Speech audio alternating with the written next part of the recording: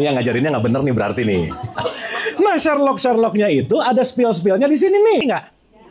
Saya mau bikin teori manisnya gula 5.000 halaman, ibu bapak tahu manisnya gula nggak? Oh, berarti semua bentuk buku, ini kebenaran bukan? Bukan, informasi. Itu dulu. Kira-kira kebanyakan orang baca Quran nyari petunjuk atau nyari pahala? Iya. Padahal Quran sebagai apa? Supaya tahu alamat Allah. Bener nggak? Oke? Ibu bapak kira-kira tipikal yang nyari petunjuk atau nyari pahala? Ya kita tuh terlalu lama didoktrin pahala, surga. Sampai ibu bapak please deh. Membunyikan 10 pahala. Pernah dengar gitu nggak? Jadi lagi ngaji dihitung di otaknya 10, 100, 200 gitu. Gimana sih gitu? Ya kalau yang bacanya masih TK SD oke lah. Masa tuh udah level-level ngaji 10-15 tahun masih ngejar pahala gitu. Oke sampai sini? Paham maksud saya? Paham ya? Oke, ulang nih. 1. Kita mau kembali ke tujuan, mau ilahi rojiun, berarti perlu tahu yang namanya Allah. Spill alamat.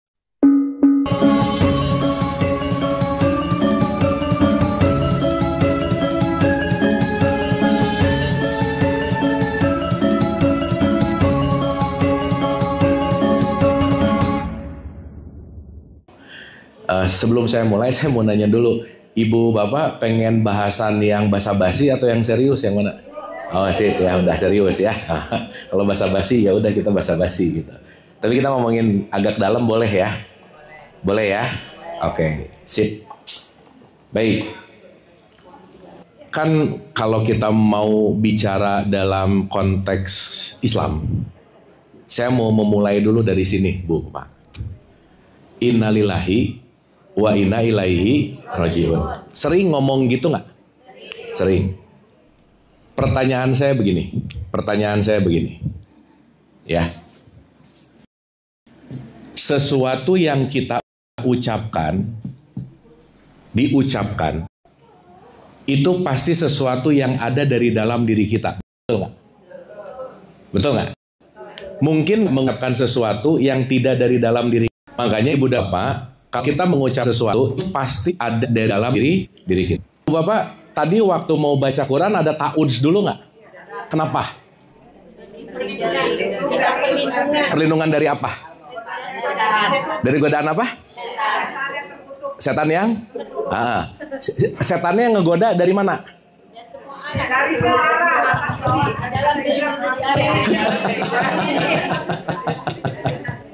Ya, oke. Nih ya. Supaya kita tuh ngerti dalam konteks esensialnya gitu. Gini. Saya mau pakai dulu satu rumus, dan rumus ini akan kita bawa sampai kapan terus, boleh ya? Kapanpun. Oke. 1 itu namanya sadar, 2 itu namanya kebiasaan. Berarti kalau yang namanya kebiasaan di luar sadar namanya mabuk. Apa?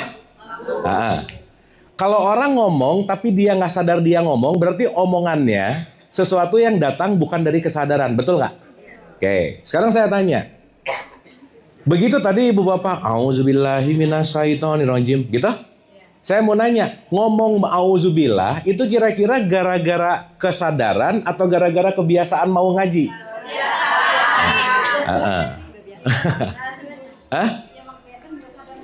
Emang kebiasaan juga sadar. Oke, berarti sekarang saya tanya, kalau Ibu Bapak tadi sadar, berarti menyadari ucapannya nggak? Iya dong. Pertanyaan, aku berlindung kepada Allah dari godaan setan, betul? Oke, berarti saat kita berbicara tentang aku berlindung kepada Allah dari godaan setan, kira-kira kesadaran perlindungan kepada Allah dari godaan setan itu seperti apa? Berlindung dari apa? Dari segala hal yang negatif. Satu ya. Oke, saya mau mancing-mancing ngajak mikir dulu boleh ya? Nah, kenapa? Karena kalau saya nggak ngajak mikir, saya hanya akan menambah kebiasaan baru buat ibu bapak gitu. Oke? Datang, didongengin, oke, pulang, nggak akan ada yang berubah. Makanya ceramah tuh nggak ngerubah orang. Nggak ada orang yang berubah karena sering dengar ceramah, nggak ada. Betul nggak? Nah, artinya konteks yang sekarang kita lagi mau pelajari adalah ibu bapak datang ke sini merubah dari kebiasaan menuju sadar. Oke? Karena kalau kita melakukannya tanpa sadar, kita hanya melakukannya karena gara-gara kebiasaan. Sampai sini dapat? Sampai sini dapat? Saya mau membagi dulu prosentasenya supaya ibu dan bapak ngerti. Karena gini, bisa nggak kita melakukan sesuatu yang kita nggak ngerti? Bisa nggak? Nggak bisa. Maaf ya, baca Quran banyak ngertinya, banyak nggak ngertinya. Iya. Bener nggak?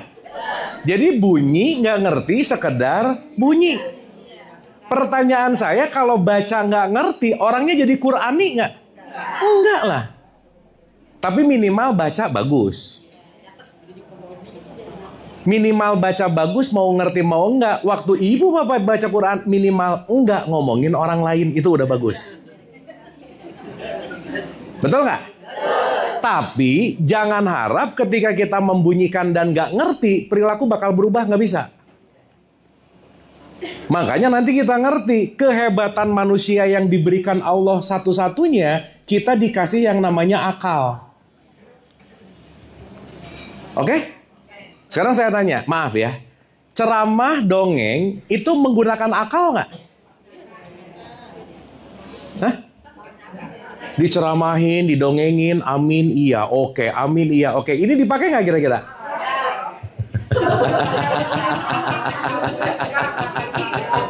Ya, jadi satu arah pokoknya katanya. Sekarang saya tanya, barusan saya nanya, ibu bapak mikir nggak? Mikir. Kira-kira banyak pengajian yang ngajak mikir atau banyak pengajian yang ngajak mau denger? Yang mana? Nah, berarti kalau mau denger, jangan-jangan bensin kebiasaannya ditambah. Tapi sadar belum tentu. Jelas ya? Makanya saya selalu menggunakan metode, kita belajar sama-sama, kita mikir sama-sama. Karena kenapa? Saat ibu dan bapak berpikir, ibu dan bapak sedang ngobrol sama dirinya sendiri. Betul nggak? Lagi ngajak dialog sama dirinya sendiri. Lagi merenung ke dalam dirinya sendiri. Jadi itulah bentuk yang namanya introspeksi. Makanya wah kalau udah ada Kiai Husain di sini, banyaklah kiai di sini gitu ya. Banyak guru-guru di sini pasti selalu mengajarkan konteks tentang Quran. Di surat 17 ayat 14 itu ada kata-kata ikro kita baka. Apa yang dimaksud dengan ikro kita baka? Bacalah kitabmu, bacalah di dirimu.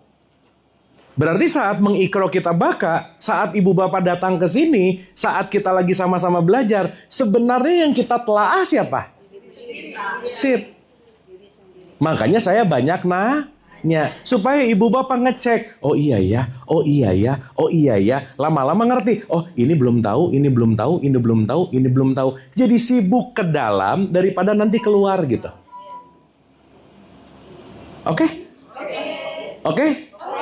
Maka saat kita lagi belajar gini, subjek utama orang lain atau diri sendiri? Mantap. Jadi bahasan apapun, kata kuncinya buat orang lain, buat diri sendiri. Sip. Yang pertama diingat orang lain atau diri sendiri? Jadi nanti di tengah-tengah ada bahasan apapun, ingatlah semua untukku. Kenapa saya ngomong gini? Ibu bapak saya 14 tahun research nih ya, di kajian, satu kajian, dua, banyak banget lah. Rata-rata begitu ngaji, dengar sesuatu, ada pelajaran yang kepikiran. Contoh tadi, jangan jadi orang pelit. Itu yang kepikiran tetangganya, ih dia banget gitu. Iya bener ya, si itu tuh gitu. Gini nih. Begitu dengar, ini suami saya harus tahu. Nah, suaminya yang harus tahu. Kalau suami saya tahu nih gitu. Jadi datang ngaji buat siapa? Orang lain. Makanya yang ngaji nggak pinter-pinter gitu. Oke? Oke? Jadi ibu bapak datang ke sini untuk siapa? Gitu. Tadi ada ketawa-ketawa gitu ada? Lagi ngetawain siapa? Ya, orang yang udah mulai bisa ngetawain diri sendiri lumayan lebih aman. Iya. Oke? Oke. Nah, jadi sistem 1 namanya sadar, sistem 2 namanya habits. Kebiasaan. Nah, dalam perspektif yang namanya Quran itu selalu kalau kita baca surat An-Nas, yuwas wisufi sudur rinas. Sudur, contoh, di 29 ayat 49 misalnya. Di surat 29 ayat 49 itu ada kalimat gini, bal huwa ayatum bayyinah fi sudur. Pernah dengar nggak? Di situ ada kata-kata fi sudur, di dalam sudur. Quran yang sejati itu ada di dalam sudur, kalau diterjemahkan di situ di dalam dada. Oke? Berarti pertanyaan saya, kalau kita mau menjadi Qurani, yang diaktifkan kesadaran kita atau kebiasaan kita? Hah? Dengerin dulu pertanyaannya. Nggak semua jawabannya harus dua-duanya, enggak. Kita kalau mau menjadi Qurani, melakukan kebiasaan atau melakukan kesadaran? Kesadaran. Nanti lama-lama dibiasakan, kembali kesadar, diulang-ulang. Oke? Sekarang saya tanya, yuwas wisufi sudurinas, yang membisikkan di dalam sudur. Berarti yang kita lawan dalam konteks setan, yang kita lawan adalah kebiasaan. Ya Allah, yang terkutuk itu kebiasaan lama saya. Karena ibu bapak sadari, 98% yang ibu bapak lakukan semuanya dalam wilayah kebiasaan. Bukan sadar, ini cuma 2% nih. Paham? Paham? Termasuk sholatnya. Sok kita jujur-jujuran. Ibu bapak sholat sadar atau kebiasaan? Iya, udah fix. Buktinya apa coba? Ada nggak yang sholat yang gini? Allahu Akbar, rokaat 2, rokaat 3. Ada nggak? Ada? Rokaatnya aja lupa. Berarti lagi tidak, atau namanya jadi tadi zuhur sadar apa mabuk kira-kira? Iya. Makanya janganlah kamu sholat dalam keadaan mabuk. Akhirnya jangan-jangan kita melakukan semua ritual bukan karena sadar, tapi karena keharusan, karena kebiasaan, karena emang udah biasa. Sok saya tanya, ibu bapak kalau ketinggalan sholat nggak enak hati nggak? Kenapa? Kebiasaan. Ada yang hilang? Iya, ada yang hilangnya itu gara-gara kebiasaan. Tapi khususnya nggak dapat. Betul nggak? Oke nggak? Berarti pertanyaan berikutnya adalah, bagaimana kita akan konteksnya tentang ilaihi rojiun tadi, kalau kita sedang tidak belajar menjadi manusia sadar. Ya ibu bapak maaf ya, orang di kita ini menurut apa yang di research sih, ngaji pengen pahala, pengen surga. Kalau orang ngaji pengen pahala, pengen surga, ikhlas nggak ngajinya? Orang ragu-ragu jawabnya. Kayak yang gitu. Terus nggak mau ngaku gitu. Ayo, kita ngaji, kita sholat, pengen. Ikhlas nggak? Enggak lah. Itu mah bukan ibadah, namanya transaksi. Rajin sih tahajud, kenapa? Semoga proyeknya lancar. Ya elah. Betul nggak? Berarti segala sesuatu yang didorong bukan kesadaran, pasti di sini mengandung yang namanya kepentingan. Berarti kalau udah ada kepentingan, siap-siap menderita, udah pasti. Kecewa. Akhirnya nanti nyalahin Allah, Allah mengazab aku. Aku lagi dicoba, diuji. So saya mau nanya, ibu bapak hidup ada ujian nggak? Ada. Yang uji siapa? Nah, mulai itu. Ya, yang mabok sama yang sadar ketahuan jawabannya. Tapi ibu bapak nggak apa-apa ya kalau ada di level mabok, nggak apa-apa, temennya banyak. Emang mayoritas ada di sini sih. Cuman pertanyaannya kita mau tumbuh atau enggak gitu. Oke? Berarti kebiasaan yang dilakukan orang banyak akan tertampak seperti benar. Kelihatan benar. Karena kenapa mayoritas ngerjainnya begitu? Menormalisasi. Sehingga kecenderungannya begitu beda dari yang normal padahal belum tentu benar. Akhirnya apa? Kita nggak menjadi diri sendiri gitu. Betul nggak? Oke? Paham dulu sampai sini? Mengerti? Berarti kita hari ini bukan mau menambah bensin kebiasaan, tapi mau belajar kesadaran. Pertanyaannya kalau mau kembali kepada kesadaran, kebiasaannya harus dikosongin dulu nggak? Iya, sok makanya yuk nolin dulu semuanya. Kalau kita datang udah bawa pengetahuan, udah ngerasa bener, udah ngerasa paling apa dan lain-lain, nggak akan masuk yang baru gitu. Kosongin dulu. Makanya selalu dibilang bahwa Imam Ali tuh bilang gini, undur makola wala tandur makola. Kamu nggak usah ngelihat siapa yang ngomong, tapi lihat esensinya. Kalau gelas penuh diisi lagi bisa nggak? Nggak bisa. Berarti harus dikosongin dulu nggak? Sip. Siap nggak ngosongin dulu nih? Nah, gitu. Soalnya kalau nggak dikosongin dulu nanti konflik di sininya gitu. Karena tadi saya tanya awal kita deal-dealan dulu mau yang basa-basi atau mau yang serius. Ngomong serius pasti akan banyak sesuatu yang tabrakan sama ini gitu. Oke? Oke? Siap mengosongkan? Siap untuk melepaskan dulu? Sip. Kalau gitu kita semua belajar dulu jadi kembali menjadi anak-anak. Boleh? Sip. Ibu bapak bayangin ibu bapak baru lahir, udah gitu. Nah, ya tapi nggak usah teriak-teriak sih, udah aja. Oke? Oke? Sip. Ini apa Bu, Pak? Kan tadi saya bayangin ibu bapak baru lahir. Aduh, gawat nih ya. Ya, ini belum semenit nih. Kebiasaan nggak barusan? Membuktikan kalau 98% yang keluar kebiasaan gitu.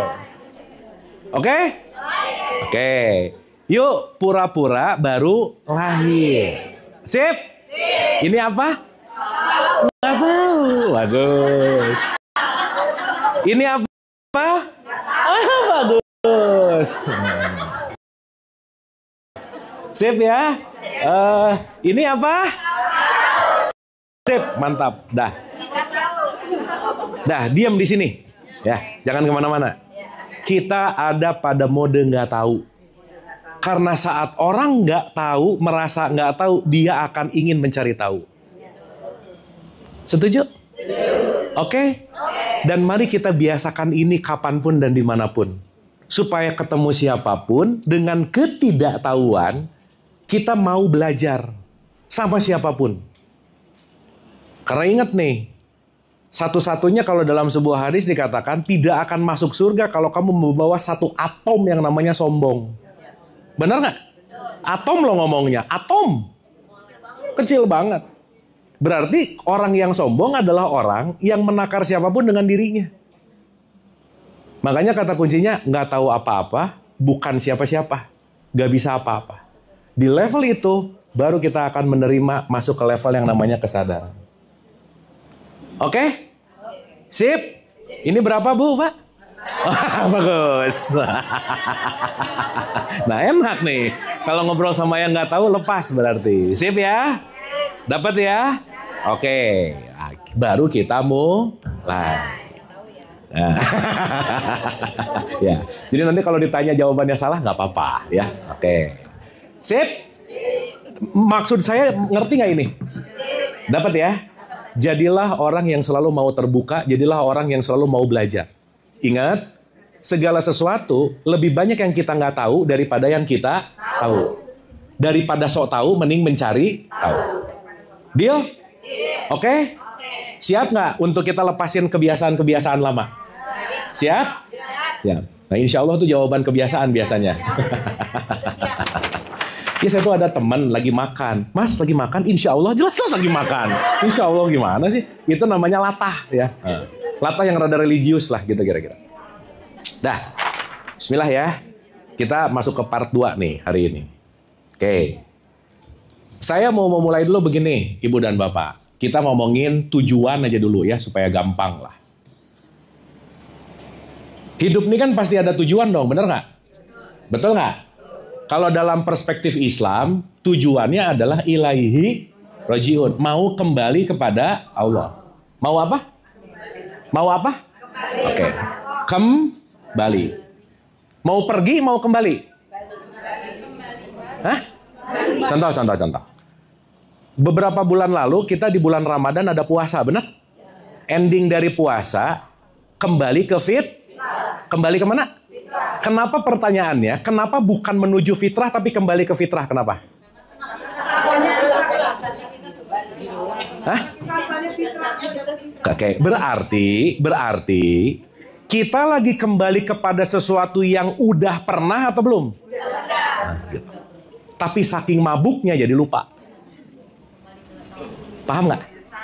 Makanya di Quran banyak sekali izkola, ingatlah, katakanlah, katakanlah. Kenapa? Segala bentuk yang ada di situ sebenarnya bukan barang baru gitu.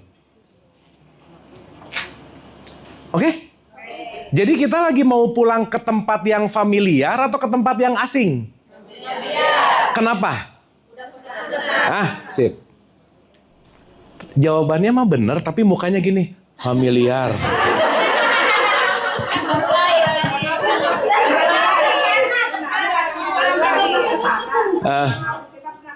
Tapi kenapa sekarang lupa ya? Ya kesana tuh kemana? Ya itu kata-kata tadi kan kita pernah berarti kita pernah ke sana.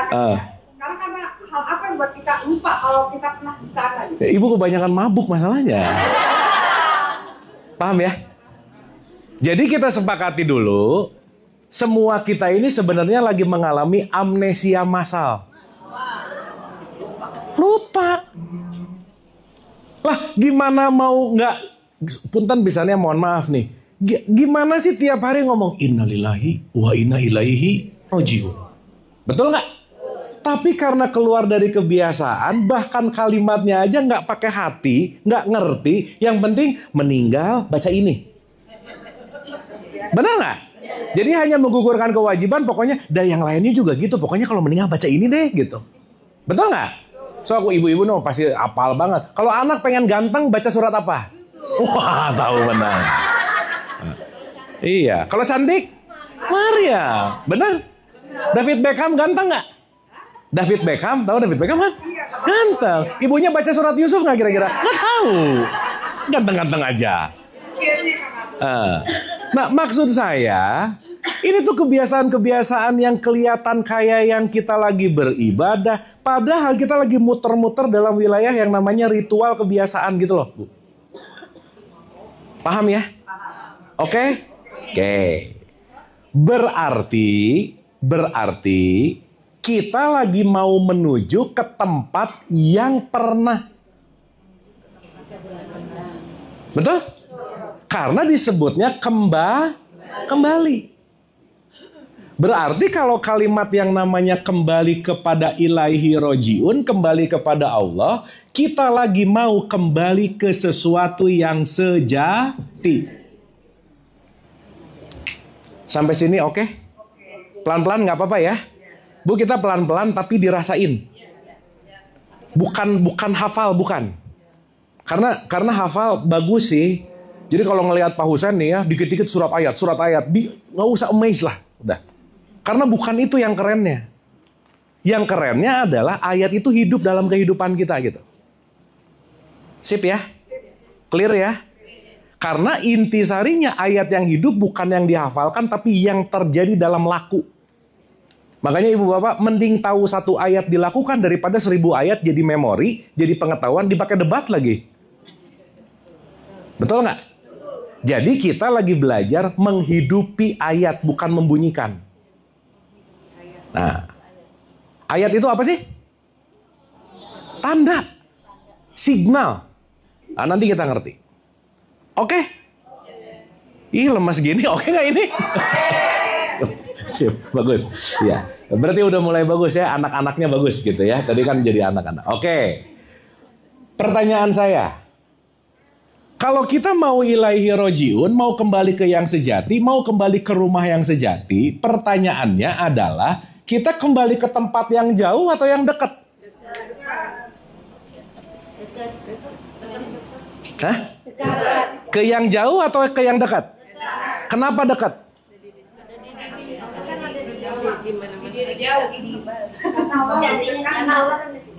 Oke, ini kan ada yang jawab Allah dekat, Allah apa gitu. Itu jawabannya pakai pengalaman atau pakai pengetahuan? Nah, tahu. Bagus, nggak apa-apa. Jadi saya suka nanya nih, ibu bapak Allah dekat apa jauh? Dekat, sedekat urat leher. Tahu dari mana? Dari ustadz. Nah, berarti dia baru udah mengalami belum? Belum tentu. Jadi yang penting tahu atau mengalami? Dua-duanya. Tahu dulu baru mengalami. Makanya konteks yang namanya iman, salah satu pendekatan iman itu adalah pengetahuan. Sekarang saya tanya ibu bapak, maaf ya, ritual yang kita lakukan berdasarkan dari pengetahuan atau dari kebiasaan? That's it. Nggak diajarin kok sholat itu kenapa, sholat itu tujuannya apa, bacaannya isinya apa, mau kemana, gimana. Yang penting kalau nggak sholat kamu dosa masuk neraka. Gitu nggak kira-kira? Berarti kita terbiasa bukan pakai pengetahuan tapi pakai kebiasaan. Makanya di Quran disebut fawailul lil musallin. Oke? Sip? Saya di awal-awal ini cuma mau menyadarkan dulu bahwa kita tuh beneran mabuk gitu loh Bu. Bener nggak? Iya loh. Karena kalau ibu bapak nggak sadar dirinya mabuk, ibu bapak mau nyari dokter kemanapun nggak akan sembuh. Tapi kalau udah mulai sadar aku sakit, aku mabuk, aku kayaknya perlu pertolongan, maka pertolongan akan datang. Maka ada satu rumus. Level paling rendah disebut aku tidak tahu kalau aku tidak tahu. Semoga nanti berubah. Aku tahu kalau aku tidak. Nah, untuk aku tahu kalau aku tidak tahu, makanya saya banyak nanya. Betul?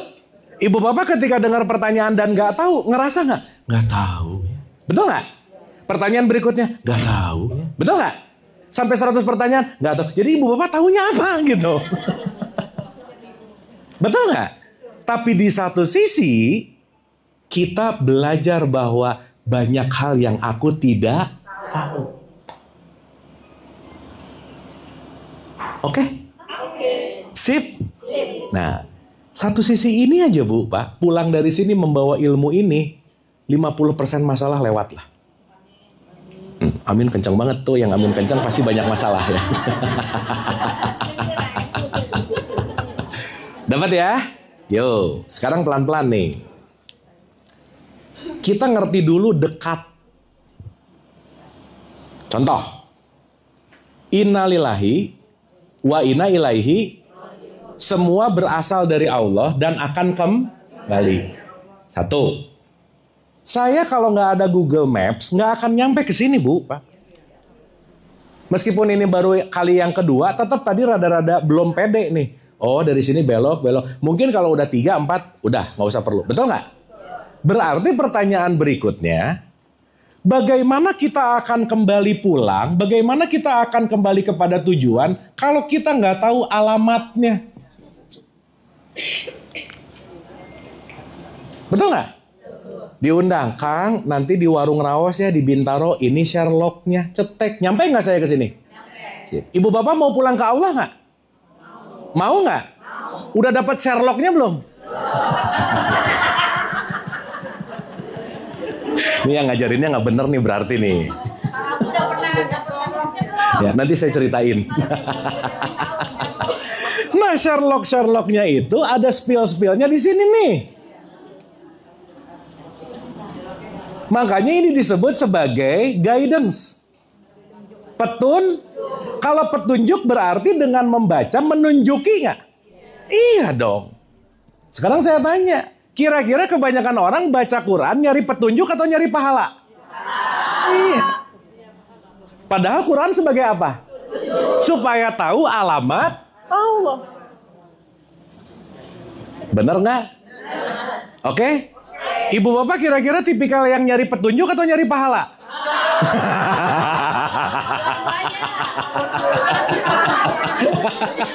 Ya, nih ya, bagus ya. Kebiasaan lama muncul gitu.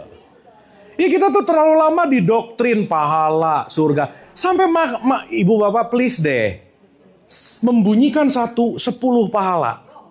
Pernah dengar gitu nggak? Jadi lagi ngaji dihitung di otaknya 10, 100, 200 gitu. Gimana sih gitu?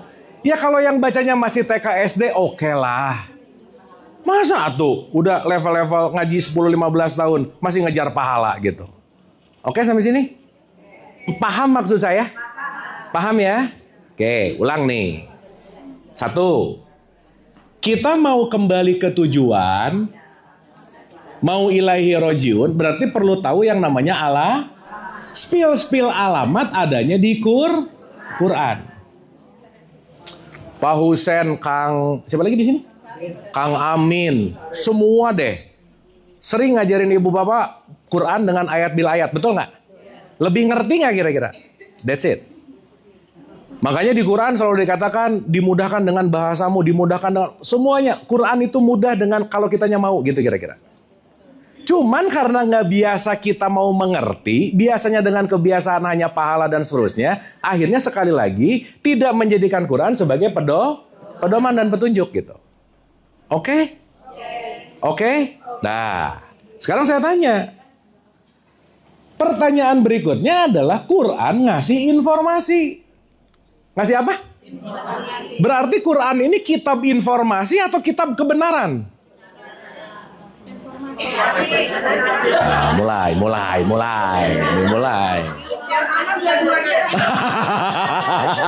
Biar aman dua-duanya. Quran ini kitab kebenaran atau kitab informasi?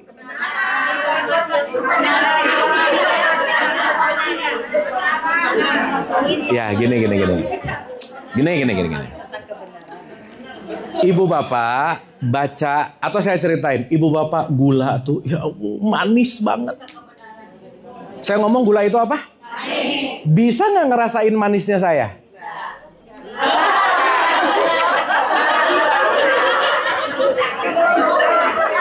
Wah gawat, ini jam berapa sih? Ini masih jam 2 kurang, Bu.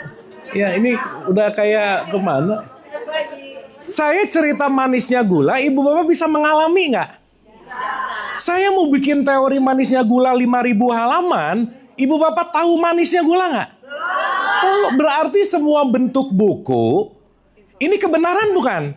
Bukan, informasi. Itu dulu.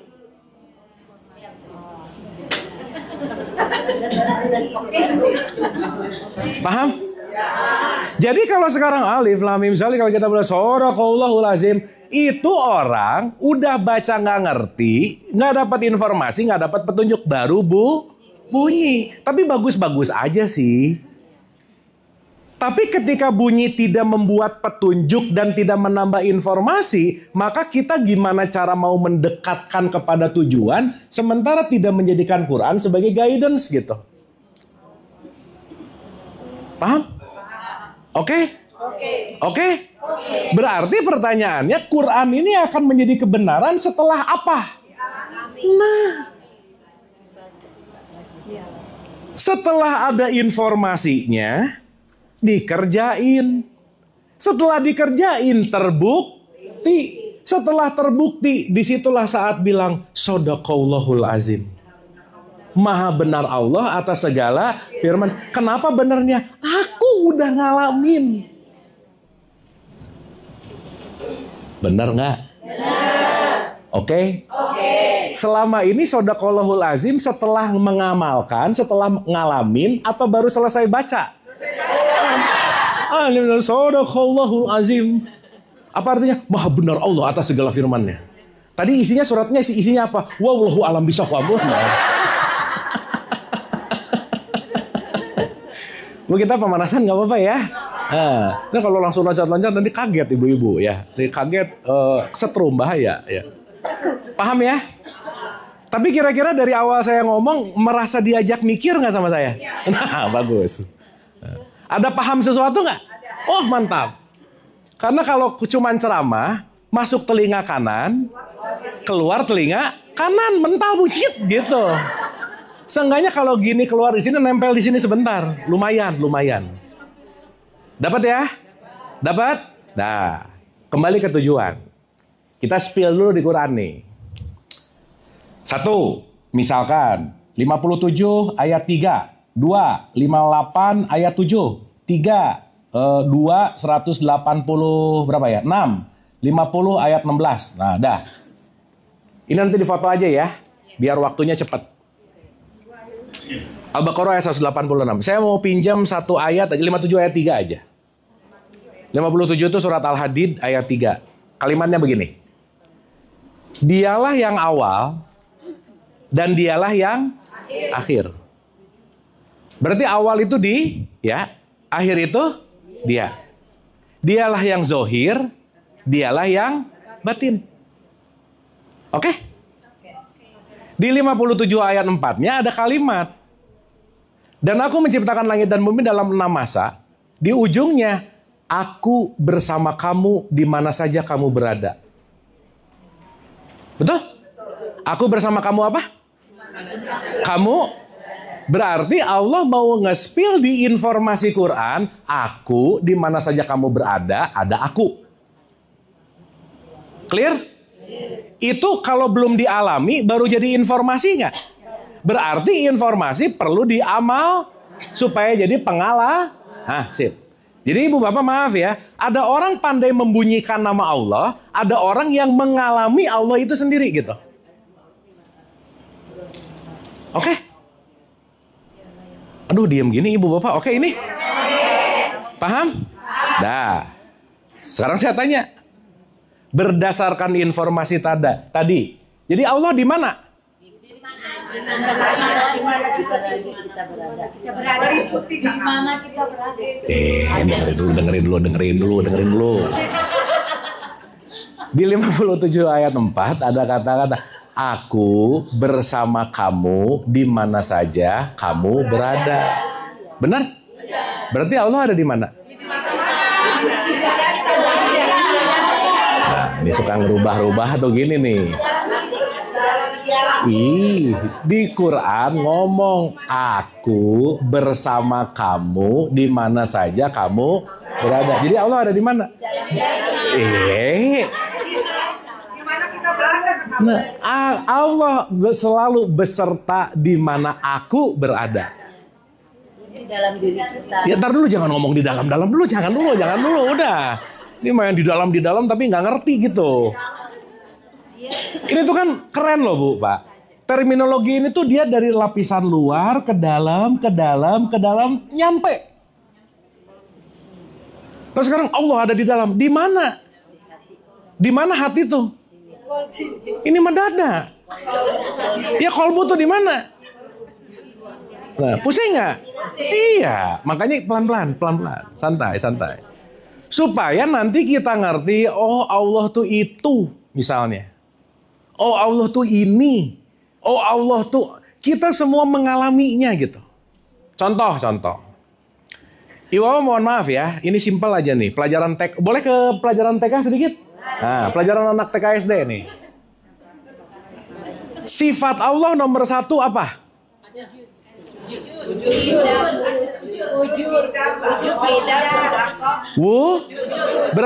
Berarti kalau sifat Allah nomor 1 wujud, Allah wujud nggak? Nah gitu. Jadi Allah goib nggak? Nah, gimana? Nah. Sip ya? Ya. Kita belajar ke core-nya nggak apa-apa ya? Ya, karena ibu bapak setelah ngerti, makanya ibu bapak punten pisan ya. Kenapa sih Nabi Muhammad itu selalu mengencourage kita awaludin ma'rifatullah? Awali dulu sama kenal sama Allahnya. Contoh. Saya banyak belok-belok nggak apa-apa ya ibu bapak ya. Pokoknya saya pengen bikin ibu bapak pusing aja dulu. Nah. Iya. Kalau ibu bapak pusing berarti mikir. Itu goal saya. Urusan ngerti enggak belakangan. Nggak apa-apa. Yang penting sekarang mikir dulu gitu. Ibu bapak kenapa coba saya ngajak mikir? Ibu bapak kalau tidak berpikir, ibu bapak pikirannya ke masa depan, ke masa lalu. Saya ngomong apa mikirin mall. Saya ngomong apa mikirin nanti gimana. Saya mikirin ke belakang. Kenapa saya ajak mikir terus supaya diem di sini. Supaya khusyuk tuh di situ nanti kita ngerti. Sip ya. Makanya sering banget lah pasti 93 ayat 7 di Ad-Duha ayat 7 ada kalimat gini. Dan dia mendapatimu sebagai seorang yang bingung, maka aku akan memberikan petunjuk. Memberikan apa? Setelah apa? Nah gitu. Berarti ibu bapak kalau lagi bingung bersyukur nggak? Karena bentar lagi mau dapat apa? Paham? Jadi ngerti nggak kenapa saya banyak nanya? Supaya ibu bapak bukan mikir-mikir. Wah gawat nih. Ya udah, nggak apa-apa lah ya. Oke. Iya benar, biar nggak ngantuk, benar, bagus. Tapi dapat sesuatu nggak? Saya tuh cuman pengen ngelepasin yang lama-lama dulu gitu loh Bu, Pak. Karena ngelepasin yang lama kalau nggak pakai cara-cara yang luas, susah Bu, Pak. Susah banget aja. Sudah terdoktrin, that's it. Makanya saya ngajak ibu bapak jadi anak-anak lagi gitu. Oke? Sip. Jadi Allah wujud nggak? Wujud. Makanya sifatnya nomor 1 wujud. Di mana dia? Bersama aku, di mana saja aku.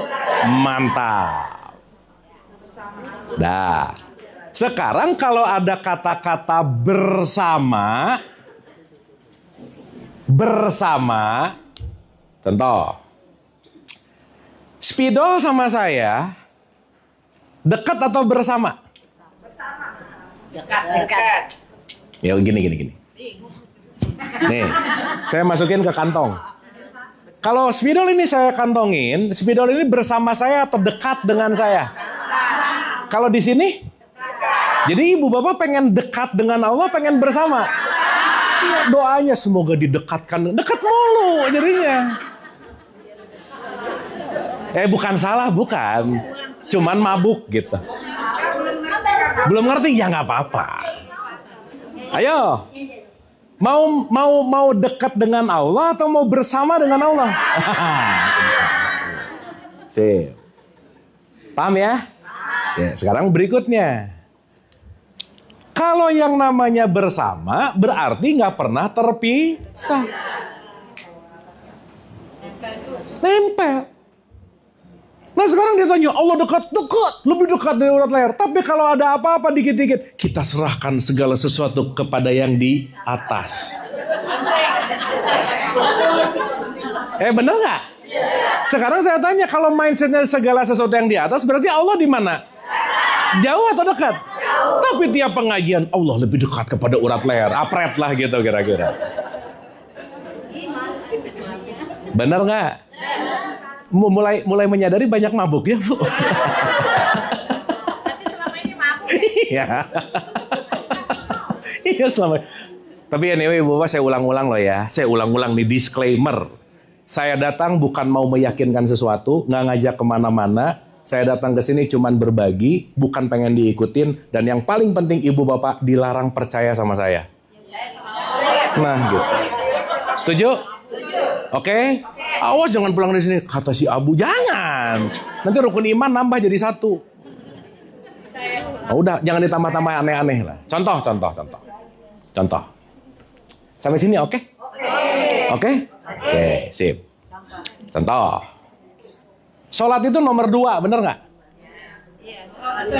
Iya. Sholat nomor 2 bener nggak? Iya, nomor 1 syahadat namanya. Nah ini kalau rada-rada nggak panjang, nah, oh iya, nah baru gitu. Ya, nah, loh, rukun Islam nomor 1 apa? Nah, baru sholat. Sip. Sekarang saya tanya, kenapa sholat nomor 2? Ibu bapak sama anak lebih sering nanya yang nomor 1 atau nomor 2? Nomor 1-nya suka ditanya nggak? Kenapa?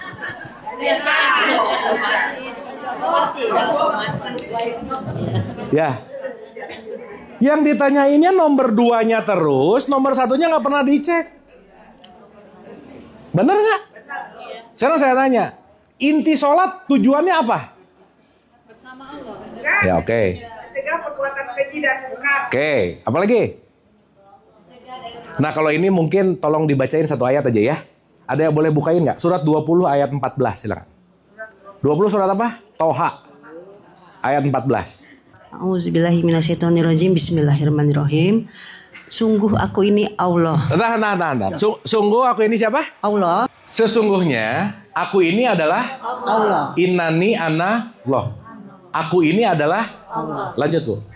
Tidak ada Tuhan selain aku, maka sembahlah aku dan laksanakanlah sholat untuk mengingat aku. Laksanakanlah sholat untuk apa? Mengingat aku. Nuhun, punten. Dah ya. Nih. Ibu Bapak tiap hari sholat nggak? Quran ngasih informasi. Sholat untuk apa? Mengingat siapa? Nah, Ibu Bapak waktu sholat ingat siapa?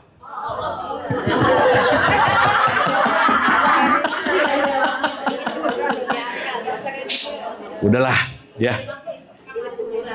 Ingat jemuran, ingat gorengan. Benar nggak? Ini nanti membuktikan gimana mau sholat kalau syahadatnya nggak beres gitu. Suka langsung ngeblank. Benar. Betul nggak Bu Pak? Kalimat nih ya. Dirikanlah sholat untuk. Nah, pelan-pelan nih. Sholat itu ingat. Ingat siapa? Oke. Berarti kegiatan sholat adalah kegiatan mengingat. Pertanyaan saya. Syarat mutlak mengingat apa?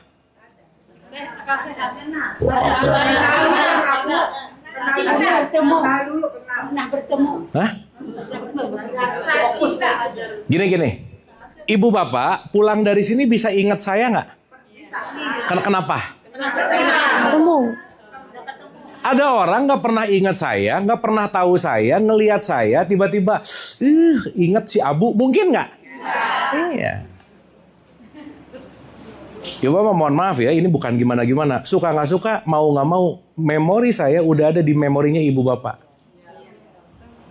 Betul? Karena ada perjumpaan.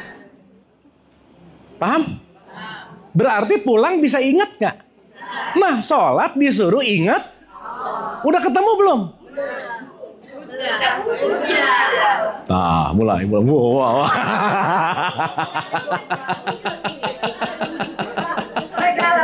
Nah, mulai. Bingung. Benar nggak? Logika nih. Saya bisa ingat Pak Husen. Contoh, aduh kangen banget nih sama Pak Husen. Udah ketemu belum? Belum sih. Nggak mungkin. Gimana kangen sama Pak Husen kalau saya belum ketemu? Bener nggak? Oke ya. Bu, kita ngomong-ngomong agak-agak tasawuf nggak apa-apa ya?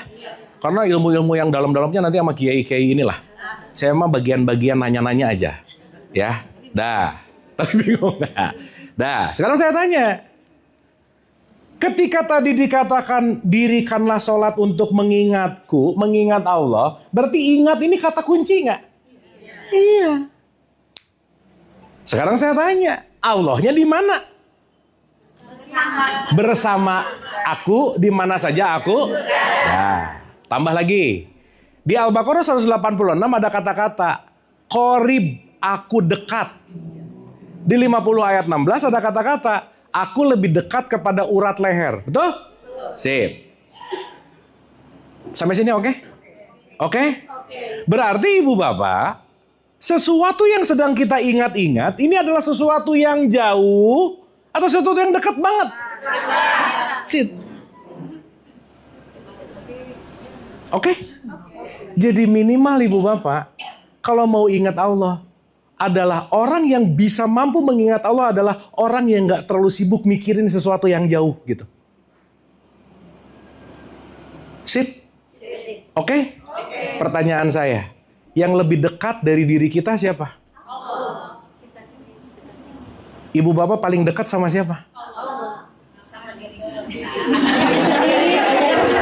ini ya. Jawab Allah tuh tapi di sininya nggak jelas apa ya, abstrak gitu Allah. Gitu. Ya. Ininya nggak nangkep gitu, nggak nyandak gitu. Udah nggak usah jauh-jauh dulu. Yang paling dekat sama diri kita ya diri sendiri. Benar nggak? Betul nggak? Yuk, sekarang kita cek and recheck. Oh, ternyata yang nggak bisa pisah ini nih. Oh, pastilah semua kiai-kiai di sini pasti pernah ngajarin tentang PPH, pernah dengar nggak? Pendengaran, penglihatan, hati, pernah dengar? 1678, 24 ayat 24, 32 ayat 9, 67 ayat 23, itu pasti udah pernah dibahas. Semua mau ngajarin tentang kita punya hardware, kita punya soft. Contoh. Ya Bapak, kalau ada orang meninggal baca Yasin nggak? Yasinan? Kenapa? Iya, tahlilan. Yang tahlilan yang dibaca apa? Kenapa?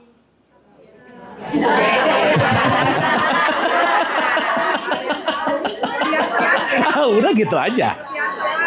Iya, kebiasaan. Udah nggak apa-apa. Iya. Tapi kalau mau pakai jawaban lebih gampang karena Al-Baqarah kepanjangan cukup. Udah Yasin aja yang tengah-tengah. Di Yasin itu yang paling menarik adalah semua nanti tertutup ini akan menjadi saksi. Betul?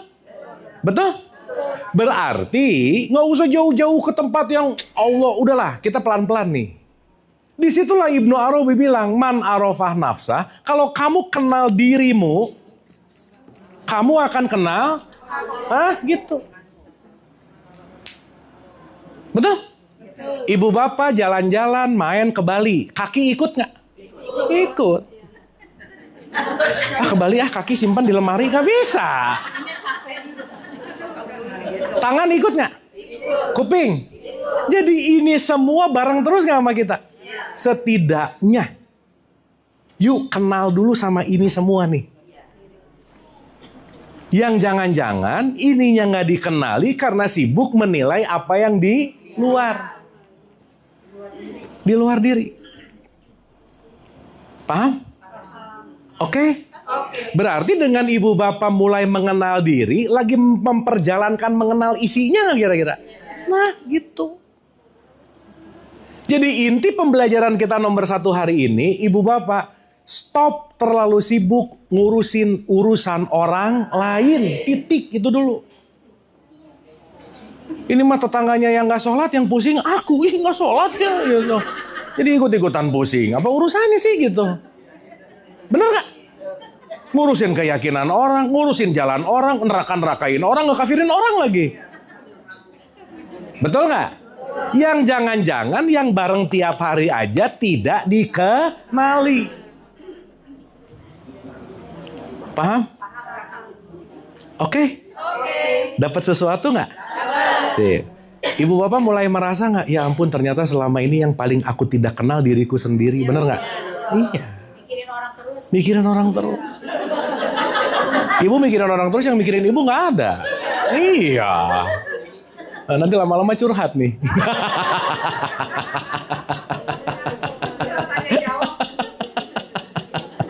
Dapat ya? Bu, kita pelan-pelan gini nggak apa-apa ya? Tapi setiap katanya tuh nancep gitu. Celep gitu.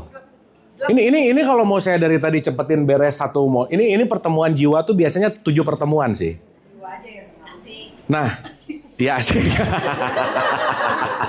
Enggak, maksud saya ini tuh panjang banget gitu. Tapi kalau saya niatnya pokoknya ngajar, ngasih tahu informasi ini gini, satu pertemuan beres gitu. Pelan-pelan aja dikunyah. Kita pelan-pelan dikunyah. Karena ibu bapak, saya tidak berusaha transfer knowledge, enggak. Tapi yang saya sedang transfer adalah transfer experience.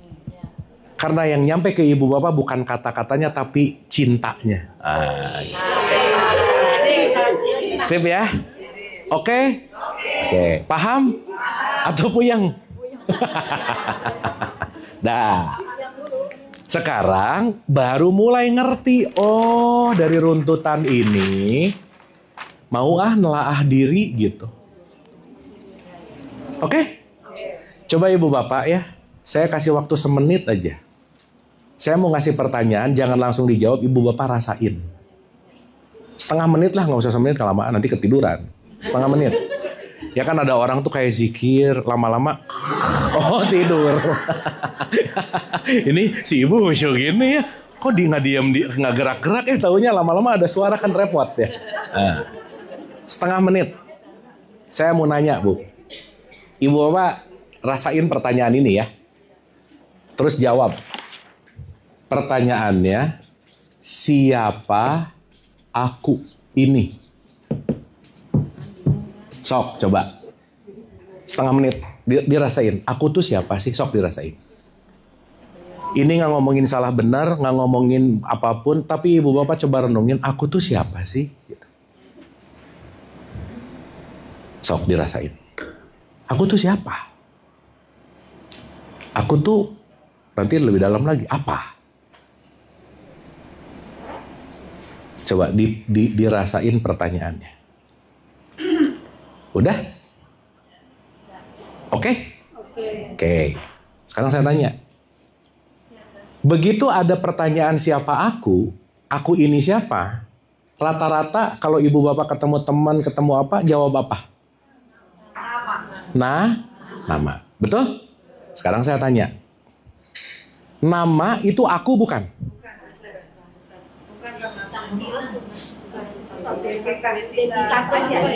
Hah? Oke. Berarti begitu, kamu siapa, Abu? Si Abu, saya bukan. Jadi Abu yang mana? Iya, itu tuh yang mana? Ini dada. Semuanya badan. Bener nggak? Dah. Ibu bapak suka main Zoom atau TikTok? Ada filter nggak? Saya kalau di Zoom pakai filter apa yang nggak jelas, gambar Joker gitu, ya. Saya ngomong, mukanya Joker, kelihatannya kayak Joker. Si Abu bukan?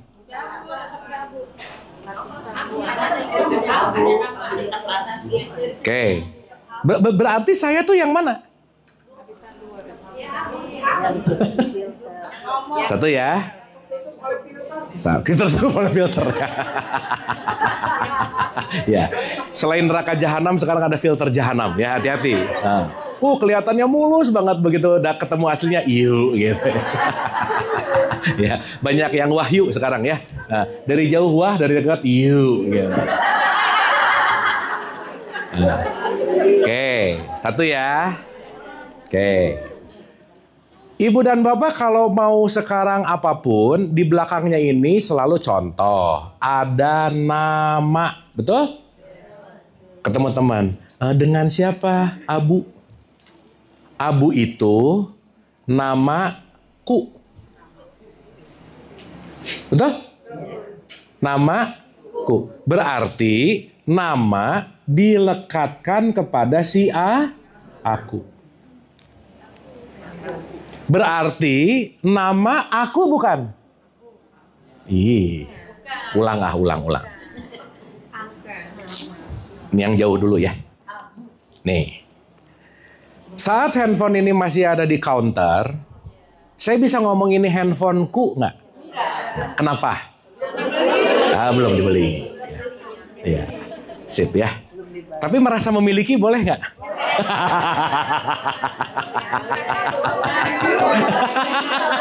Iya boleh aja. Iya boleh. Ya, ulang. Begitu saya beli, ini jadi apa? Jadi handphoneku. Oke, jadi sebelum ke nama lah ya. Sebelum ke nama, kita pakai yang gampang-gampang dulu. HP sebelum dibeli bukan HP-ku, setelah dibeli HP-ku. Sip? Berarti pendekatan menjadiku karena ada ikatan transaksi, benar? Maka transaksi akan melibatkan kepemilikan. Jadi punyaku. Dan yang bahayanya saat transaksional ada kemelekatan, susah dilepas. Jadi nanti ibu-ibu, bapak-bapak akan ngerti bahwa banyak banget kemelekatan dalam hidup ini gitu. Yang dirasa aku padahal bukan aku. Udah ya? Sip? Oke. Bu, ini kita lagi ngomongin bahasan S3 loh. Iya, tapi kita bikin simpel. Ya, nggak apa-apa ya? Ya, oke. Karena ini kalau ngomongin di level basic tasawuf nanti kita perlu ngerti ini gitu.